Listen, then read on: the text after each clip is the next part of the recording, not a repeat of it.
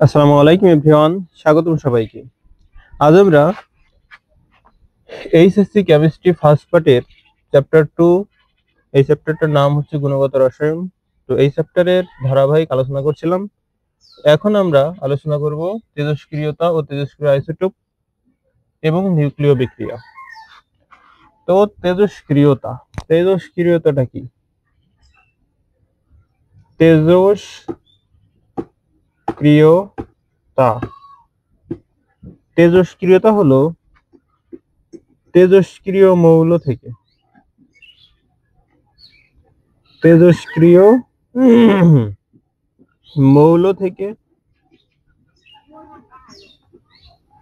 স্বতঃস্ফূর্তভাবে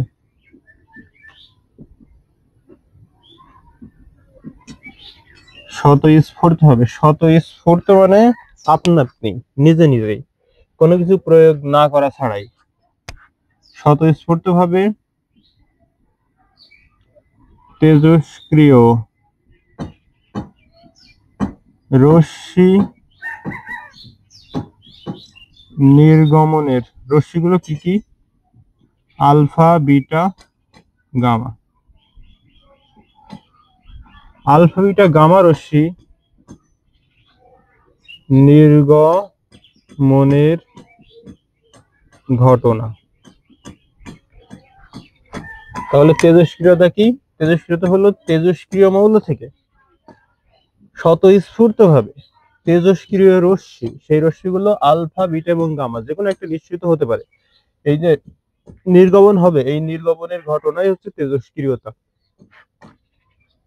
বা এখন এই যে তেজস্ক্রিয় মৌল আসলেই কারা?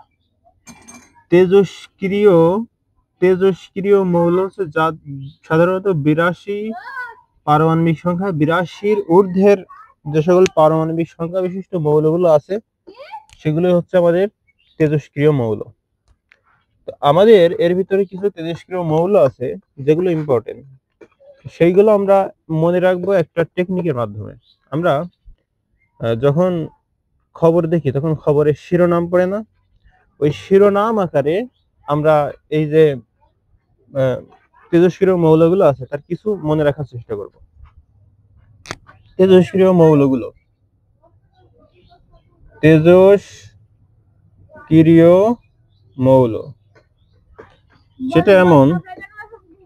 সেটা হচ্ছে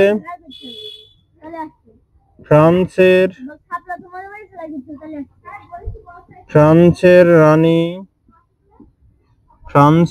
রানী পলা অস্থির। এদিকে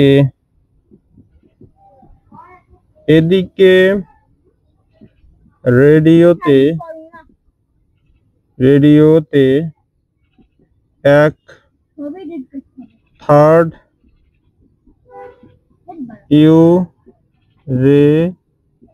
ইউরেনিয়াম প্লান পাস। আমি মনে রাখবো ফ্রান্সের রানী পলা অস্থির, এদিকে রেডিওতে এক থার্ড ইউরেনিয়াম প্লান পাস। এই ফ্রান্স মানে হলো ফ্রান্সিয়াম, এটা হলো ফ্রান্সিয়াম। রানী রনজেনিয়াম, পলা পলোনিয়াম, অস্থির অ্যাস্টাটিন। রেডিওতে রেডিয়াম,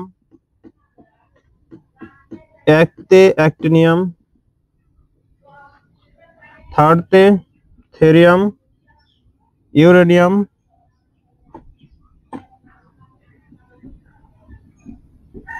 প্লাতে হলো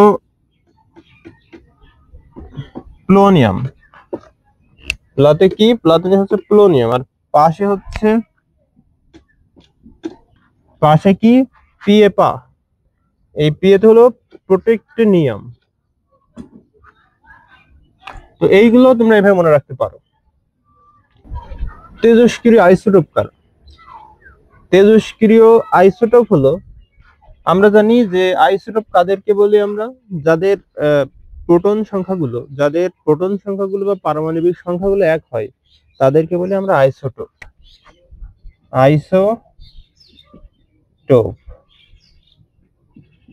আইসোটোপ কারা? যাদের প্রোটন সংখ্যা বা পারমাণবিক সংখ্যা সমান।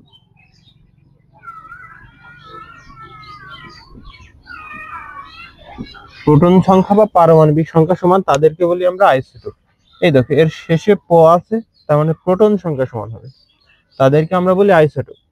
তাহলে এরকম কিন্তু এই যে তেজস্ক্রিয় মৌলগুলো আছে এদেরও কিন্তু এই আইসোটোপ আছে, এদেরও কিন্তু আইসোটোপ আছে। যেমন আমরা যদি কার্বনের কথা চিন্তা করি, কার্বনের 6, 12, 6, 13, 6, 14, দেখো তো এদের প্রত্যেকটার পারমাণবিক সংখ্যা একই কিনা। আর পারমাণবিক সংখ্যা যদি এক হয় তাহলে সেটা একটাই মৌল হয়, কারণ আমরা জানি 1 থেকে 18টা মৌলের প্রত্যেকটার পারমাণবিক সংখ্যা ভিন্ন ভিন্ন।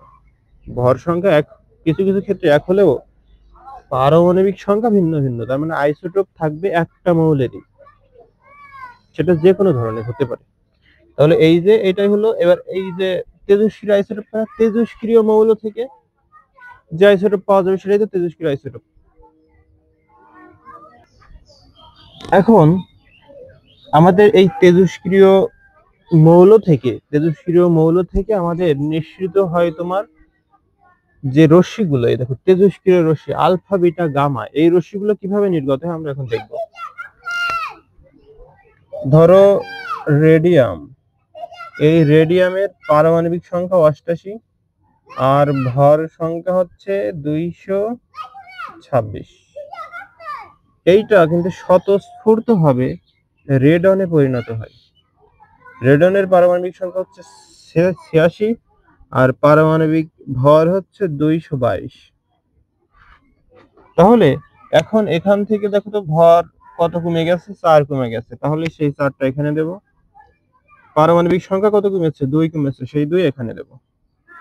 আচ্ছা, পারমাণবিক সংখ্যা 2 আর ভর সংখ্যা 4, এটা কোন মৌলের? এটা হলো হিলিয়াম মৌলের। হিলিয়াম মৌলের। এবং এই হিলিয়াম মৌলের দ্বিধনাত্মক যে নিউক্লিয়াস, একেই বলি আমরা আলফা পার্টিকেল বা আলফা রশ্মি। তাহলে হিলিয়ামের দ্বিধনাত্মক নিউক্লিয়াসকে আমরা বলি আলফা রশ্মি। তো এইটা আমরা নিউক্লিয়াস কেন বলি? এটা তো মৌল, মৌলের তো জানি নিউক্লিয়াসও থাকে, চারিপাশের যে কক্ষপথ সেটাও থাকে, তাহলে কি কেন নিউক্লিয়াস বলা হয়? আচ্ছা, আমরা জানি একটা মৌলের কেন্দ্রে থাকে প্রোটন আর নিউট্রন, আর কক্ষপথে থাকে ইলেকট্রন। তো এর কক্ষপথে এই যে হিলিয়াম, আমরা জানি একটা মৌলের পারমাণবিক সংখ্যার সমান প্রোটন থাকে আর ইলেকট্রন থাকে, তার মানে এখানে ইলেকট্রন কয়টা? 2টা। তো 2টাই ত্যাগ করে দিয়েছে, তাহলে কি তার আর কক্ষপথ আছে বলো? সে 2টাই তো ত্যাগ করে দিয়েছে, আর তো ইলেকট্রন নেই তাতে, তাহলে কক্ষপথ কোথা থেকে আসে? ইলেকট্রন যদি না থাকে তাহলে ঘুরবে কিভাবে? সেই জন্য সে কিসে পরিণত হয়? নিউক্লিয়াসে পরিণত হয়। সেই জন্য বলা হচ্ছে হিলিয়ামের দ্বিধনাত্মক নিউক্লিয়াসকে আলফা পার্টিকেল বলা হয়। আর এই যে প্রক্রিয়াটা হলো এটা তো স্বতঃস্ফূর্ত ভাবে ঘটে। এখন বিটা রশ্মিও আবার নির্গত হয়, এই যে বিটা রশ্মি এটাও নির্গত হয়। এটা কিভাবে নির্গত হয় দেখো, এটা হচ্ছে অ্যাক্টিনিয়াম। এই অ্যাক্টিনিয়ামের পারমাণবিক সংখ্যা হচ্ছে 89 এবং এর ভর সংখ্যা হচ্ছে 2032। এইটা স্বতঃস্ফূর্তভাবে থেরিয়ামে পরিণত হয়।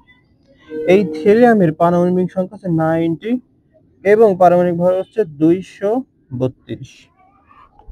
তবে দেখো তো এদের পারমাণবিক সংখ্যা, পারমাণবিক ভর দুইটা একই, পারমাণবিক সংখ্যা 1 বেড়েছে, তার মানে তোমার 1 বাদ দিতে হবে, তাই না?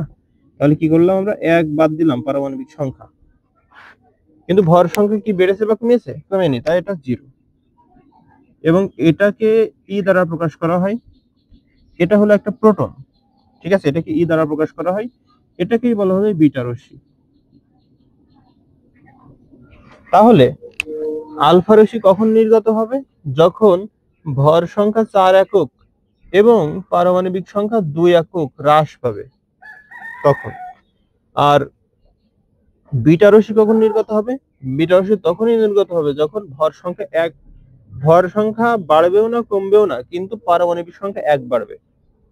তখন আমাদের এই বিটা রশ্মিটা নির্গত হবে। এখন আরেকটা হলো আমাদের গামা রশ্মি। এই গামা রশ্মির কোনো চার্জও নেই, ভর সংখ্যাও নেই, কিছুই নেই। ঠিক আছে, আমাদের এই গামা রশ্মির মানে গামা রশ্মি কিন্তু সবচেয়ে শক্তিশালী রশ্মি। এটার চার্জও নেই, ভরও নেই, পারমাণবিক সংখ্যাও নেই, সবচেয়ে শক্তিশালী। এটা আলোর মতো শক্তিশালী, আলোর মতো, আলো যেরকম শক্তিশালী ওরকমই শক্তিশালী এটা। গামা রশ্মিটা কিভাবে নির্গত হয়? গামা রশ্মি হচ্ছে, আমরা জানি হাইড্রোজেনের 3টা আইসোটোপ আছে। কি কি? প্রোটিয়াম, ডিউটেরিয়াম এবং ট্রিটিয়াম। প্রোটিয়াম মানে একটা, ভর সংখ্যা 1, ডিউ মানে 2, ট্রিটিয়াম মানে 3, ভর সংখ্যা 3, ডিউটেরিয়াম মানে ভর সংখ্যা 2। তাহলে প্রোটিয়াম পারমাণবিক সংখ্যা কিন্তু একই থাকবে। প্রোটিয়াম আর ডিউটেরিয়াম যুক্ত হয়ে হিলিয়াম 3 উৎপন্ন হয়। যোগ করো তুমি, দেখো 1 আর 1 2, আর 1 আর 2 3, হিলিয়াম 3 উৎপন্ন হলো এবং সাথে উৎপন্ন হবে এই যে গামা রশ্মিটা। সাথে কি রশ্মি উৎপন্ন হবে? গামা রশ্মি, এবং এনার্জি উৎপন্ন হবে।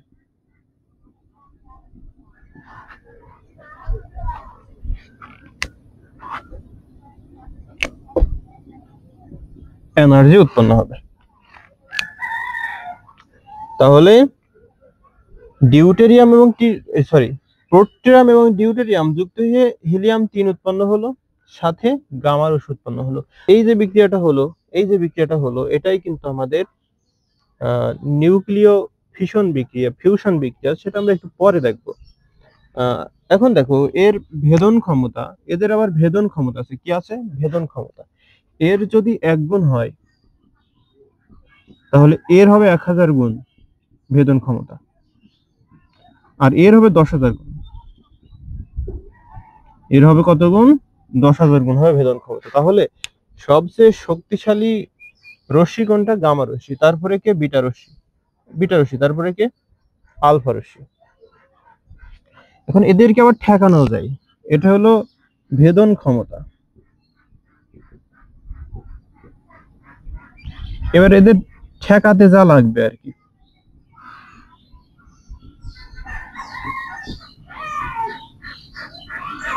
এই আলফা রশ্মিকে ঠেকাতে কাগজই যথেষ্ট। এই বিটা রশ্মিকে ঠেকাতে লাগবে হলো অ্যালুমিনিয়াম।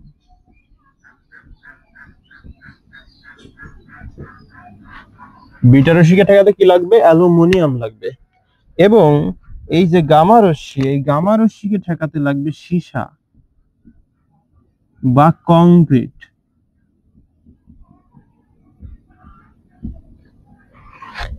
গামা রশ্মিকে ঠেকাতে কি লাগবে? সীসা বা কংক্রিট।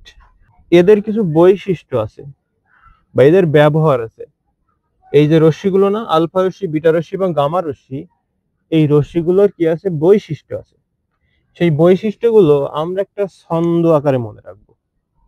কি আকারে? ছন্দ আকারে। সেই ছন্দটা হলো, আমরা লিখি যে তেজস্ক্রিয়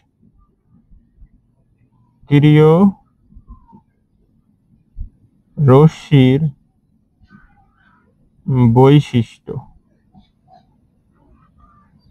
বৈশিষ্ট্যটা কেমন? বৈশিষ্ট্যটা হচ্ছে তাপ বা তাপ ছাড়া তাপ ছাড়া বিকিরণ করে, ডিএনএ তে আঘাত করে।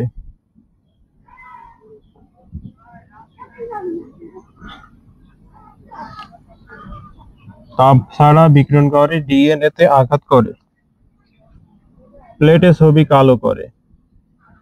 প্লেটে ছবি কালো করে। প্লেটে ছবি কালো করে। আয়ন করে গ্যাস ভরে। আয়ন করে গ্যাস ভরে। আর হচ্ছে চুম্বকতে, চুম্বুকে বাকেওরে স্থিরতা ভেঙে পড়ে।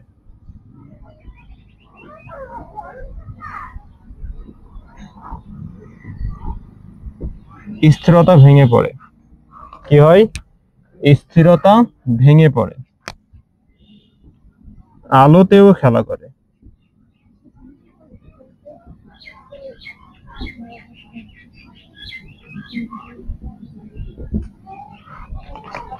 তো এই তেজস্ক্রিয় রশ্মির যে বৈশিষ্ট্যগুলো সেগুলো আমরা গান আকারে মনে রাখবো। সেগুলো কি? দেখো, তাপ ছাড়া বিকিরণ করে, ডিএনএতে আঘাত করে রে, প্লেটে ছবি কালো করে, আয়ন করে গ্যাস ভরে, প্লেটে ছবি কালো করে, আয়ন করে গ্যাস ভরে, চুম্বুকে বাকেওরে স্থিরতা ভেঙে পড়ে রে, আলোতেও খেলা করে ওরে আমার বন্ধুরে, আলোতেও খেলা করে ওরে আমার বন্ধুরে। এভাবেও মনে রাখতে পারো তোমরা, ঠিক আছে? তাহলে এইটা দ্বারা আমি কি বোঝাচ্ছি দেখো, এই তাপ আর চাপ ছাড়া বিকিরণ করে তেজস্ক্রিয় রশ্মিগুলো, এবং ডিএনএ তে আঘাত করে, মানে ডিএনএ ধ্বংস করে দেয়, ক্যান্সারও সৃষ্টি করে, সাথে সাথে কি সৃষ্টি করে? আরো ক্যান্সার সৃষ্টি করে। প্লেটে ছবি কালো করে, তার মানে ফটোগ্রাফিক প্লেট আছে না, ফটোগ্রাফিক প্লেট, ওই ফটোগ্রাফিক প্লেটে ছবি কালো করে।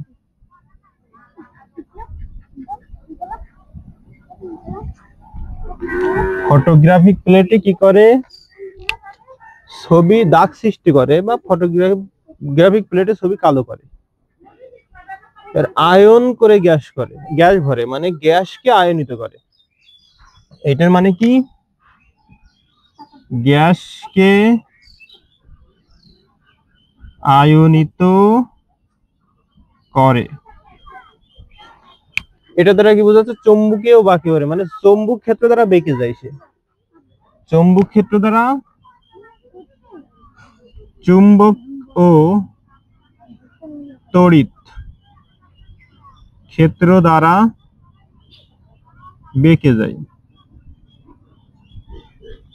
আর স্থিরতা ভেঙে পড়ে, মানে ওই যে তেজস্ক্রিয় যে মৌলগুলো সেগুলো কিন্তু স্থির নয়, সেগুলো স্থির হতে পারে না, কখনোই হতে পারে না। যদি স্থির হতো তাহলে ভেঙে যেত না আপনা আপনি, অস্থির বলেই তারা ভেঙে যায় এবং বিভিন্ন রশ্মি নির্গত করে। সো এই যে তেজস্ক্রিয় রশ্মিগুলো, এইগুলো এই স্থিরতা নষ্ট করে দেয় একটা মৌলের স্থিরতা নষ্ট করে যায়। যখন ওইটা, এই তেজস্ক্রিয় রশ্মিটা কোন একটা মৌলের উপর পড়বে, তখন এই মৌলটার কি হবে? নিউক্লিয়াসটা ভেঙে যাবে, নিউক্লিয়াসটা ভেঙে আর একটা মৌলে পরিণত হয়ে যাবে। সেই জন্য কি স্থিরতা নষ্ট করে দেয়, মানে ভেঙে পড়ে। এবং আলোতেও খেলা করে, মানে আলোর মতো আচরণ করে, সেটা হলো গামা রশ্মি। একটু বললাম কিন্তু, আলোর মতো আচরণ করে কি রশ্মি? গামা রশ্মি।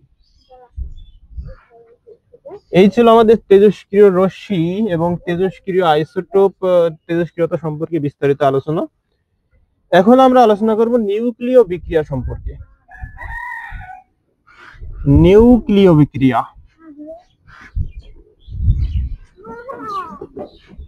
নিউক্লিয় বিক্রিয়া কি? নিউক্লিয় বিক্রিয়া মানে, নিউক্লিয় মানে কি? নিউক্লিয়াসের সাথে সম্পর্কিত বিক্রিয়া, তাই না?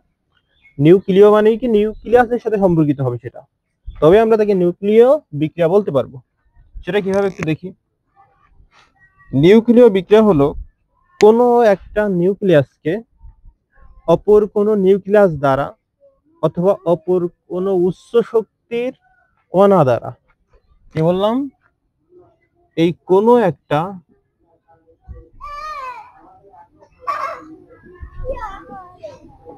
নিউক্লিয়াস দ্বারা বা উচ্চ গতিশক্তি সম্পন্ন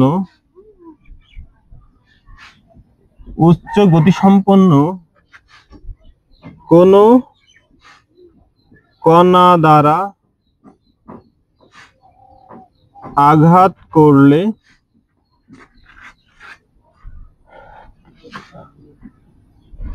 নিউক্লিয়াসের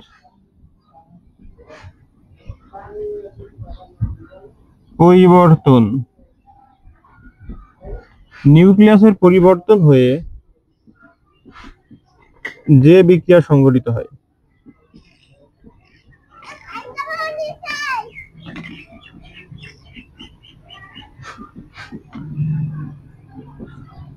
যে বিক্রিয়া সংঘটিত হয় সেটাই হচ্ছে নিউক্লিয় বিক্রিয়া। তাহলে নিউক্লিয় বিক্রিয়া কি কোনো একটা নিউক্লিয়াস দ্বারা বা উচ্চ শক্তি সম্পন্ন কোনো কণা দ্বারা আঘাত করলে নিউক্লিয়াসের মানে একটা নিউক্লিয়াস, আর একটা জিনিস এখানে লেখা হয়নি, অপর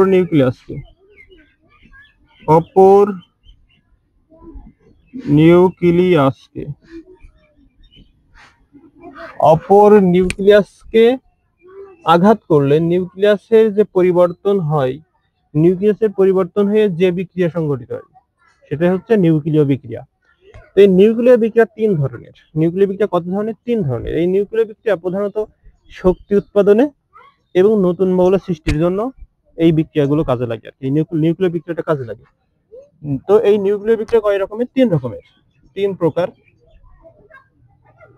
তার এক নম্বর হচ্ছে ট্রান্সমুটেশন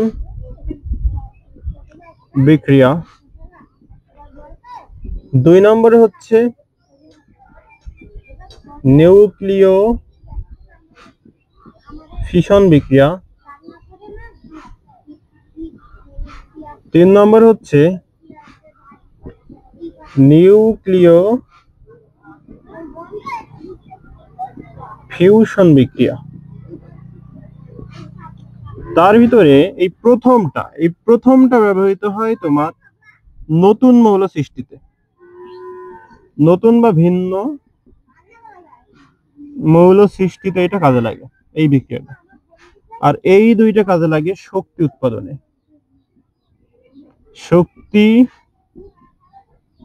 উৎপাদনে কাজে লাগে। তো এটা কিভাবে হয় এসে দেখি। প্রথমে এটা দেখি আমরা। হ্যাঁ, স্ক্যানাডিয়ামের পারমাণবিক সংখ্যা হচ্ছে 21, ভর সংখ্যা হচ্ছে 45। এটাকে যদি নিউটন দ্বারা আঘাত করা হয়, নিউটনের ভর সংখ্যা 1 কিন্তু পারমাণবিক সংখ্যা 0। নিউটনের ভর সংখ্যা 1, পারমাণবিক সংখ্যা 0। যদি নিউটন দ্বারা আঘাত করা হয় তাহলে পরিণত হয় ক্যালসিয়ামে পরিণত হয়। তাহলে ক্যালসিয়ামের পারমাণবিক সংখ্যা হলো 20 এবং ভর সংখ্যা একই 45। তো দেখো এখন এখানে এখনো যদি আমরা এর সাথে ব্যালেন্স করতে চাই তাহলে এখানে 21 আছে, 21 আর 0 যোগ করলে 21 হয়। এখানে কত হয়েছে? 20 হয়েছে। তার মানে এখন 1 দরকার। সেই একটা হবে এই যে পারমাণবিক সংখ্যার এখানে। আর উপরে যদি লক্ষ্য করে ভর সংখ্যা এখানে কত? 45 আর 146, আমরা হয়েছে কত? 45। তাহলে এখনো 1 দরকার, সেই একটাই। তাহলে এই পারমাণবিক সংখ্যা এবং ভর সংখ্যা 1 কোন মৌলের? হাইড্রোজেনের। তো দেখো একটা মৌল থেকে আরো দুইটা মৌল উৎপন্ন হলো। তো এই যে ট্রান্সমিউটেশন বিক্রিয়া এরকম ভিন্ন ভিন্ন মৌল উৎপাদনে ব্যবহৃত হয়। এবার এই নিউক্লিয় ফিশন আর নিউক্লিয় ফিউশন বিক্রিয়া এটা কি হয়? শক্তি উৎপাদনে ব্যবহৃত হয়। নিউক্লিয়, এই যে আমরা একটু লক্ষ্য করি এখানে একটা জিনিস মনে রাখবো, এই যে ফিশন এখানে আর এখানে কোথায় অক্ষর বেশি? ফিশন লিখতে অক্ষর বেশি লাগে নাকি ফিউশন লিখতে অক্ষর বেশি লাগে। তার মানে এই যে যেখানে অক্ষর বেশি লাগবে সেখানে ক্ষুদ্র ক্ষুদ্র যুক্ত হয়ে একটা বড় কিছু হবে। বেশি লাগা মানে বড় কিছু হবে, আর ছোট মানে কি? ভেঙে যাবে। তার মানে এই যে বিক্রিয়া, এই বিক্রিয়ায় নিউক্লিয়ার ফিশন বিক্রিয়ায় একটা মৌল ভেঙে যাবে, ভেঙে গিয়ে ভিন্ন ভিন্ন ছোট ছোট ক্ষুদ্র ক্ষুদ্র ক্ষুদ্র ক্ষুদ্র অংশে বিভক্ত হয়ে যাবে। আর এই নিউক্লিয়ার ফিউশন এটা কি হবে? একাধিক মৌলের নিউক্লিয়াস একত্রিত হবে এবং হয়ে আবার শক্তি উৎপন্ন করবে, এটাই। তার মানে এই ফিউশন বিক্রিয়ায় বড় হবে, ক্ষুদ্র ক্ষুদ্র যুক্ত হয়ে বড় হবে, এবং ফিশনে বড় ভেঙে ক্ষুদ্র ক্ষুদ্রই পরিণত হবে। তো চলো দেখা যাক। এইটার প্রথমে আসো, ইউরেনিয়াম। ইউরেনিয়ামের হচ্ছে 92 আর 235। একে যখন শক্তিশালী নিউট্রন দ্বারা আঘাত করা হয়, শক্তিশালী নিউট্রন দ্বারা আঘাত করা হবে, তখন এইটা উৎপন্ন হয়ে যাবে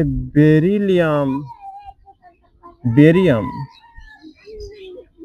তখন সেটা উৎপন্ন হয়ে যাবে বেরিয়াম প্লাস ক্রিপ্টনে। এর পারমাণবিক সংখ্যা হচ্ছে, বেরিয়ামের পারমাণবিক সংখ্যা হচ্ছে 56, আর ক্রিপ্টনের হচ্ছে 36। ক্রিপ্টনের কত? 36। এবং এর পারমাণবিক ভর হচ্ছে 141, আর এর পারমাণবিক ভর হচ্ছে 92। এটা মনে রাখবে যে ইউরেনিয়ামের পারমাণবিক সংখ্যা হচ্ছে 92, ক্রিপ্টনের পারমাণবিক সংখ্যা হচ্ছে 92, সরি পারমাণবিক ভর হচ্ছে 92, এবং সাথে প্রচুর পরিমাণে শক্তি উৎপন্ন হবে, সাথে প্রচুর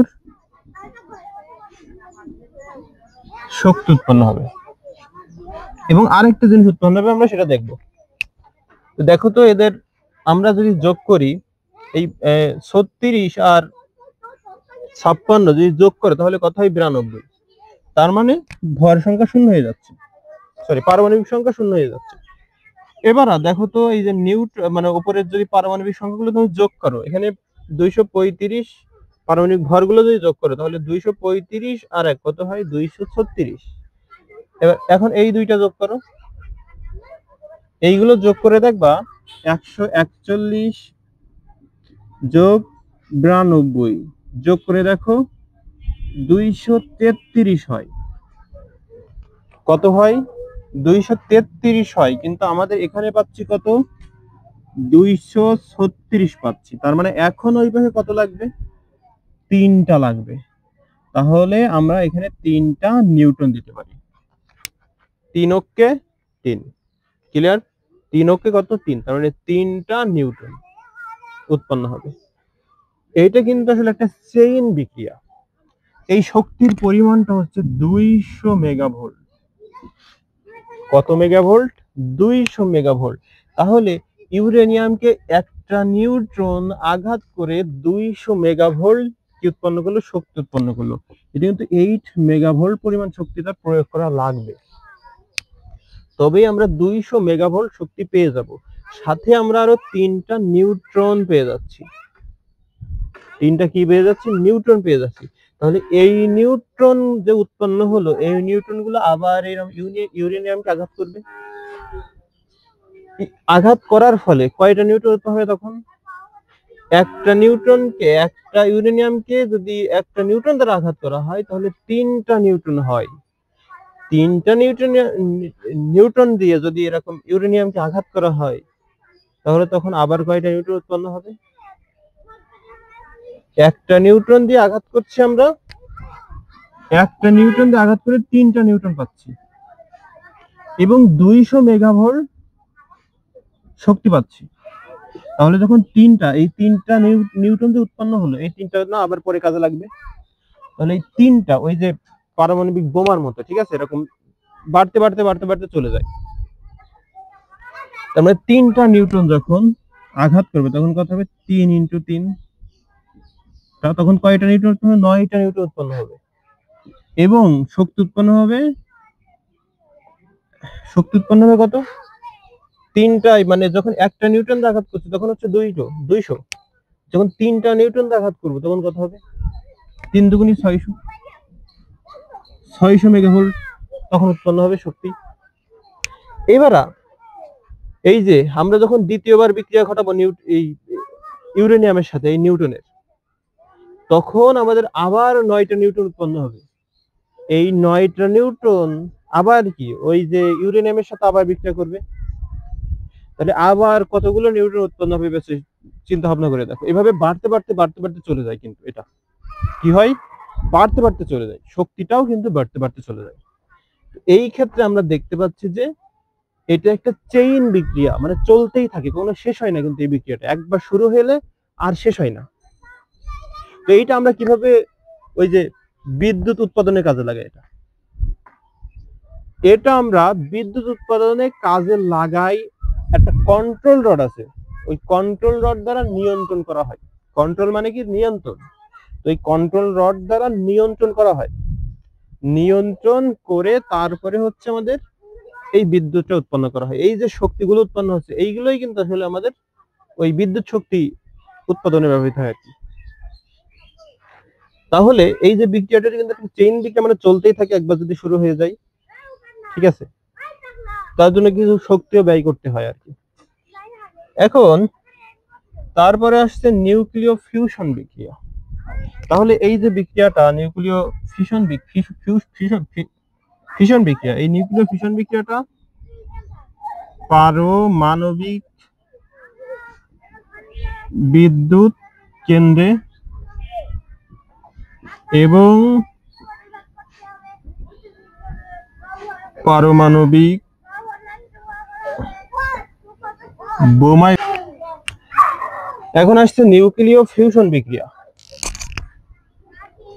নিউক্লিয় ফিউশন বিক্রিয়া, ফিউশন মানেই কি বললাম, যে ক্ষুদ্র ক্ষুদ্র যুক্ত হয়ে একটা বৃহৎ কিছু ঘটবে, ক্ষুদ্র ক্ষুদ্র যুক্ত হয়ে বৃহৎ কিছু ঘটবে। এখন আমরা হাইড্রোজেনের যে 3টা আইসোটোপ জানি, হাইড্রোজেনের কয়টা আইসোটোপ? 3টা। তার ভিতরে ওই ডিউটেরিয়াম, পোর্ট্রিয়ামের পরে কি ডিউটেরিয়াম, তো ডিউটেরিয়াম মানে ভর সংখ্যা 2 হাইড্রোজেনের, পারমাণবিক সংখ্যার কোনো চেঞ্জ নেই, এবং ট্রিটিয়াম, হাইড্রোজেন 1 3। ডিউটেরিয়াম এবং ট্রিটিয়াম যুক্ত হয়ে উৎপন্ন হবে হিলিয়াম, উৎপন্ন হবে কি? হিলিয়াম 4, এবং এই দুটো যদি যোগ করে 2 হয়। তাহলে এখন দেখো তো 2 আর 3 কত হয়? 5 হয়। আছে কয়টা? তার মানে এখন একটা বাকি, তার মানে একটা নিউট্রন বাকি। দেখো তো ব্যালেন্স হয়ে গেছে কিনা? 2 আর 3 কত হয়? 5। তাহলে এখানে আছে 4 আর 1 কত হচ্ছে? 5। মানে 2 এর পাশে ব্যালেন্স হয়ে গেছে। এখানে ভর পারমাণবিক সংখ্যা কত? 2। এখানেও কত? যোগ করো, এপাশে যোগ করে কত? 2। এপাশেও যোগ করো, কত হচ্ছে? 2।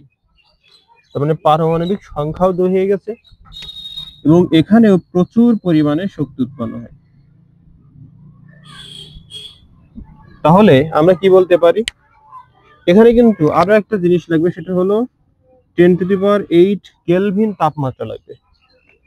10⁸ কেলভিন তাপমাত্রায় 2টা মৌলের নিউক্লিয়াসকে উত্তপ্ত করলে তারা যুক্ত হবে, যুক্ত হয়ে একটা বৃহৎ নিউক্লিয়াসে পরিণত হবে, এবং প্রচুর পরিমাণে একটা নিউট্রন তৈরি করবে, এবং প্রচুর পরিমাণে শক্তি উৎপন্ন করবে। এটাই হচ্ছে আমাদের নিউক্লিয় ফিউশন বিক্রিয়া। এটা কি বিক্রিয়া? এটাই হচ্ছে আমাদের নিউক্লিয় ফিউশন বিক্রিয়া। এটা কিন্তু এই শক্তির দ্বারাই কিন্তু আমাদের সূর্য আছে, সূর্য শক্তি উৎপন্ন করে। তাহলে সূর্যের শক্তির যে উৎস, সূর্যের শক্তির উৎস কি? সূর্যের শক্তির উৎস হলো নিউক্লিয় ফিউশন বিক্রিয়া। কেন? আমরা জানি যে সূর্যে হাইড্রোজেন থাকে। কি থাকে? হাইড্রোজেন। সূর্যে ওই হাইড্রোজেনের আইসোটোপ গুলো যখন একে অপরের সাথে যুক্ত হবে, তখন এরম ক্রমাগত এরম হিলিয়াম তৈরি করতেই থাকবে। মানে ডিউটেরিয়াম, হাইড্রোজেনের 2টা আইসোটোপ ডিউটেরিয়াম ট্রিটিয়াম যুক্ত হয়ে ওখানে তো তাপমাত্রা অবশ্যই আছে, সূর্যের তো নিজস্ব তাপমাত্রা আছে। 15, সূর্যের তাপমাত্রা হচ্ছে 15 million degree Celsius. 15 million degree Celsius, চিন্তা করা যায়? তাহলে ওই যে তাপ শক্তি আছে, ক্রমাগত কিন্তু এই তাপটা উৎপন্ন হচ্ছে। যখন এরকম শক্তি যে প্রচুর পরিমাণে শক্তি উৎপন্ন করছে, এখান থেকে আবার তাপ উৎপন্ন হচ্ছে, এভাবে চলতেই থাকছে প্রতিনিয়ত। তাহলে সূর্য কি করে? সূর্যের এই যে হাইড্রোজেন গুলো আছে, ওই হাইড্রোজেন গুলো পরস্পর যুক্ত হয়, যুক্ত হয়ে ক্রমাগত এরকম হিলিয়াম তৈরি হয়। হিলিয়ামের সাথে আরো নিউট্রন তৈরি হয় এবং প্রচুর পরিমাণে শক্তি উৎপন্ন হয় আর কি। তো এই শক্তিগুলো আবার এই সূর্যের যে এই প্রক্রিয়াটাই কাজে লাগে কিছু অংশ, এবং কিছু অংশ কি করে শক্তি বিকিরণ করে দেয় চারিদিকে। সেটা আমরা কি পাই? সেটা আমরা আলোক শক্তি হিসেবে, তাপ শক্তি হিসেবে পাই আর কি। ফলে সূর্যের যে শক্তি উৎপাদনের প্রক্রিয়া, সূর্যের যে তাপ শক্তি, আলোক শক্তি উৎপাদনের প্রক্রিয়া, সেটা হলো কি নিউক্লিয় ফিউশন বিক্রিয়া। সেটা কি বিক্রিয়া? নিউক্লিয় ফিউশন বিক্রিয়া। এবং আরো একটা আছে, সেটা হলো হাইড্রোজেন বোমা তৈরি করতে। হাইড্রোজেন বোমা তো বলেই দিচ্ছে, বোমা একটা তৈরি করতে হবে তাহলে ক্ষুদ্র ক্ষুদ্র অংশ দিয়ে তৈরি করতে হবে। তো এরকম হাইড্রোজেনের দুইটা আইসোটোপ যুক্ত করে এরকম বড় কিছু তৈরি করা, সেটাই কি হাইড্রোজেন বোমা। তার মানে তাতে হাইড্রোজেন থাকা লাগবে অবশ্যই, তাহলে হাইড্রোজেন যুক্ত হয়েই তো হিলিয়াম হচ্ছে, এরকম কিছু হবে না? সেই জন্য আমাদের সূর্যের শক্তি উৎপাদন এবং হাইড্রোজেন বোমা তৈরিতে কি ব্যবহৃত হয়? নিউক্লিয় ফিউশন বিক্রিয়াটা ব্যবহৃত হয়।